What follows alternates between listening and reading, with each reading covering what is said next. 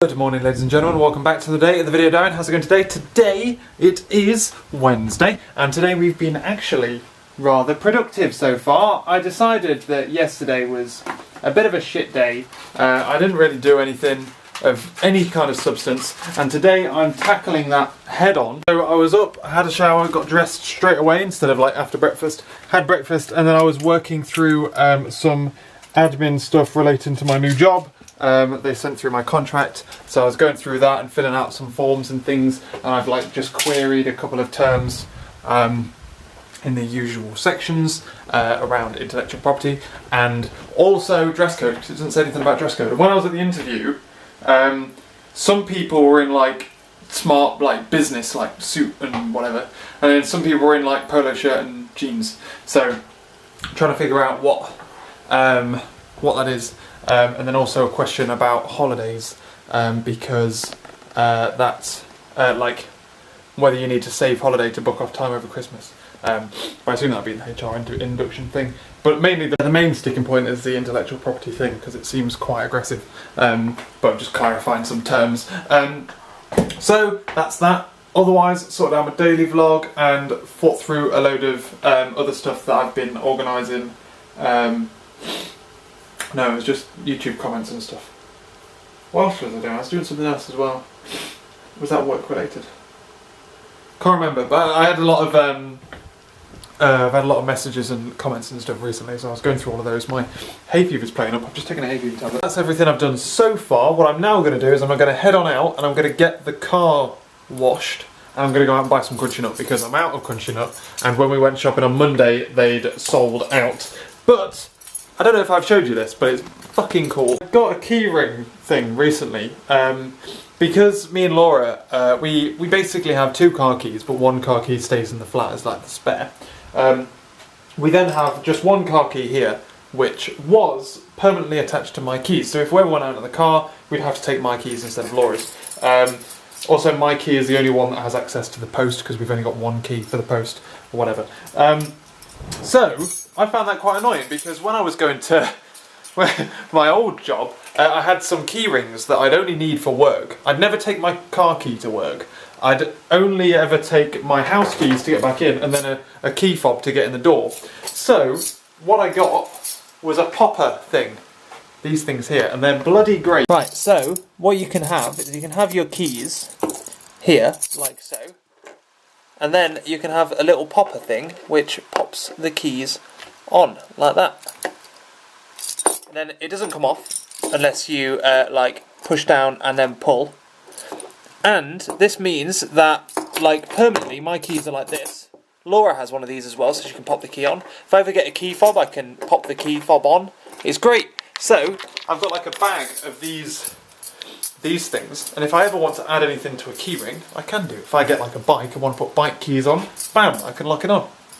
So fucking cool. And I'm actually thinking about getting a bike using the like cycle to work scheme thingamadoohick, because Laura's looking at getting one as well, and then we can go out on like bike rides and stuff, which I think it would be good, because we've got like a bike lock area to lock up our bikes.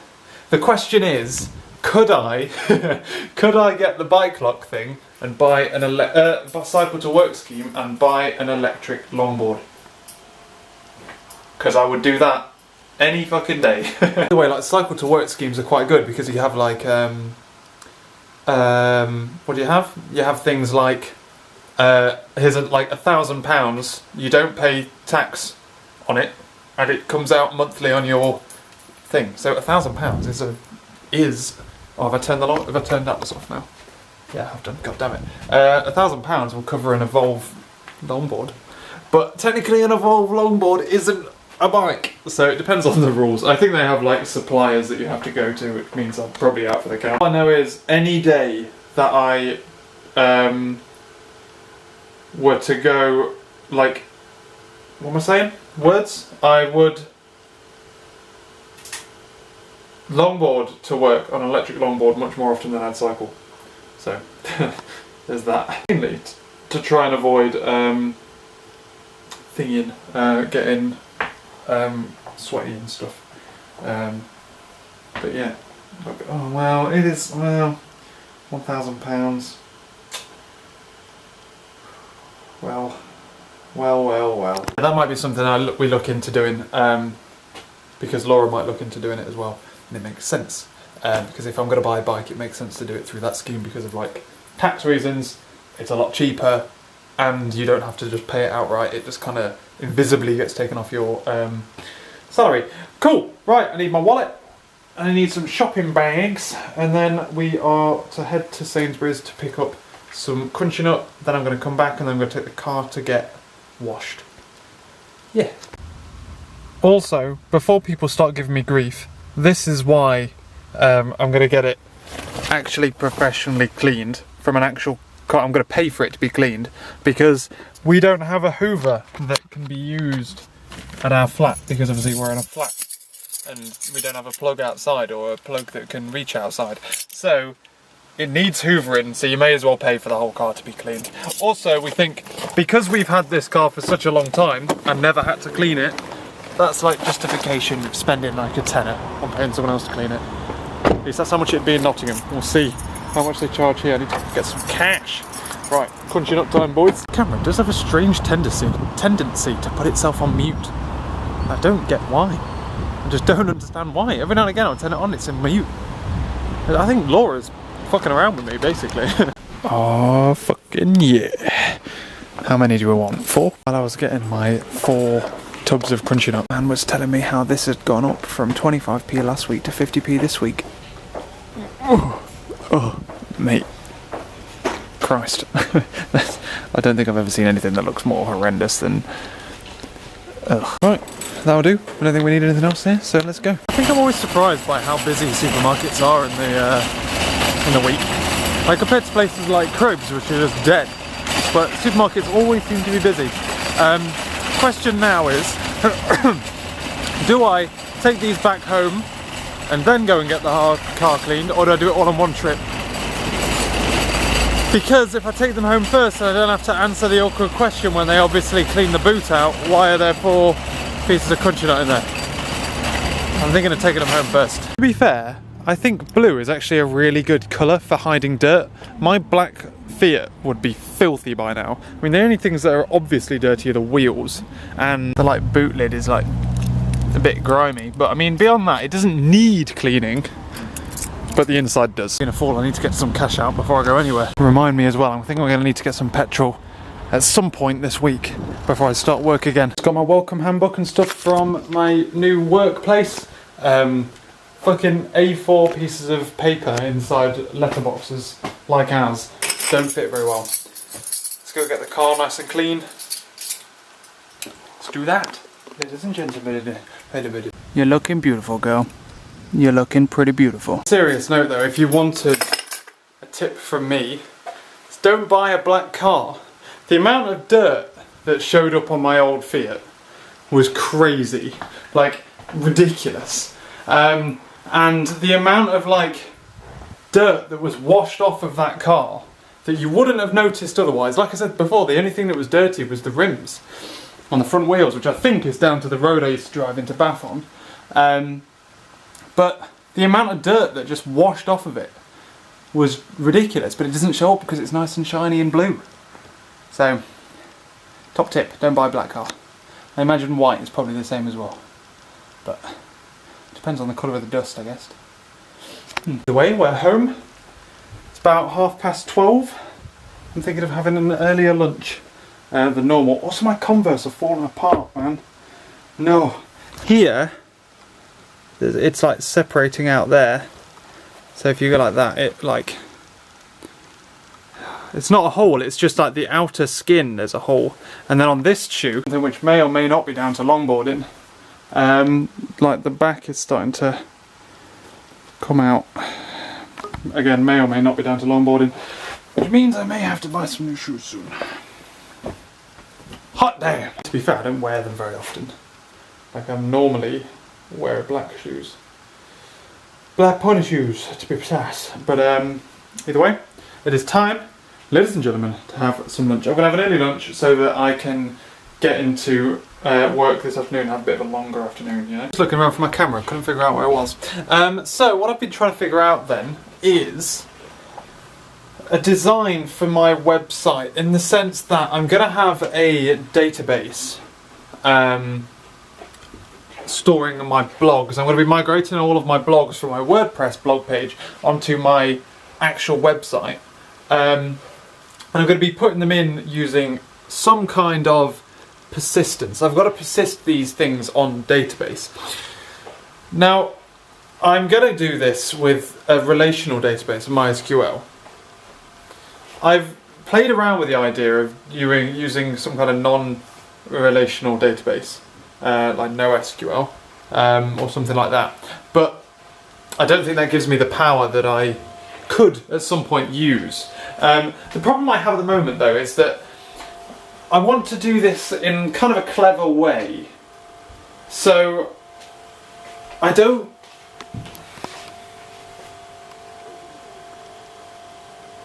What I'm basically designing in my head at the moment is an entire blogging engine, which can be used as like you drop this into your project in a NuGet package and bam, there you go.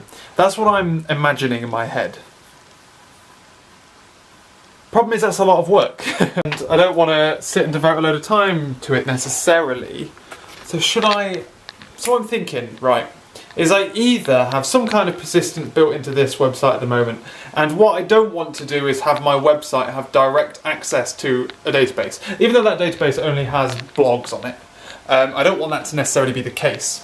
I could have access to files, it's a little bit thingy, but I want a database. So, do I instead have... So what I was doing was I was building a separate project within the website that acts as a facade, as a persistence layer for the data in the database. But that facade, well, no, it still exists, but like, if I was to build it like that, then I would have the facade communicating with something that communicates with the database. Now, what I want is one thing in charge of communicating with the database, but the way that I'm doing it at the moment with dependency injection, all that kind of stuff, means that every time you hit the blog page, the controller is reinitialized, which is something that I didn't realize. So every time you hit the blog page, the controller is reinitialized, which means I reinitialize all my database connections, and that's not good. Obviously, I'm cleaning up all of my database connections as soon as I've done it, but that means I have no track of information. It means I can't, for example, put some kind of thing in there that says, don't check the database if you checked it in the last 5 minutes, just use this thing. Because I want it to be relatively lightweight. If it can access... So basically what I want it to do is I want it to hit the database. It'll get a web request, right?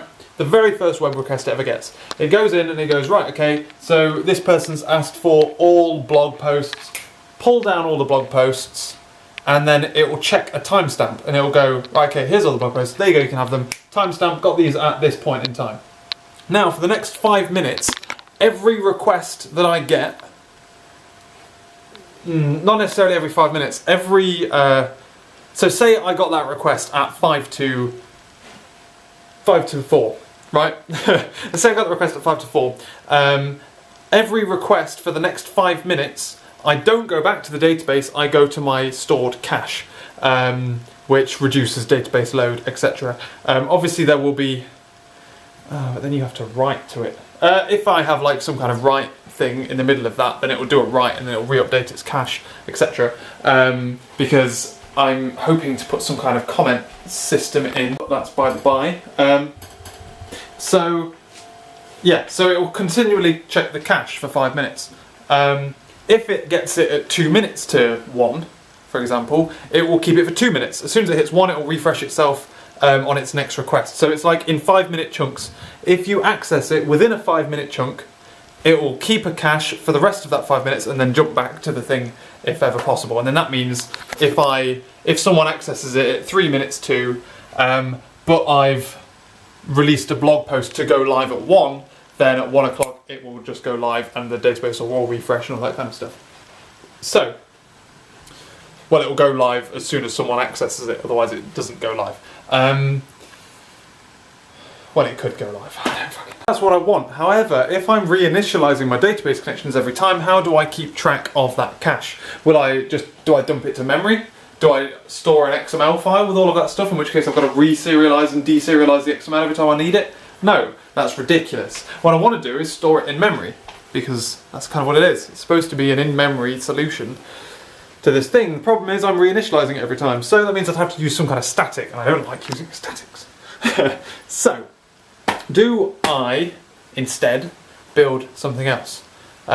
Some kind of blogging engine which is able to interact with my MySQL database, or another kind of database. Maybe we'll liven it up and use something a little bit more exciting or modern. And then if I produce this piece of software, how do I, should I do that in some form of open source Git thing? Because it's something that I want to use, but it's... Or do I just do it all completely in-house? Like, open source obviously assumes someone ever will look at it, but shall I open source it? I need to embrace open source, but I've never embraced it before. So do I do it on Git instead of...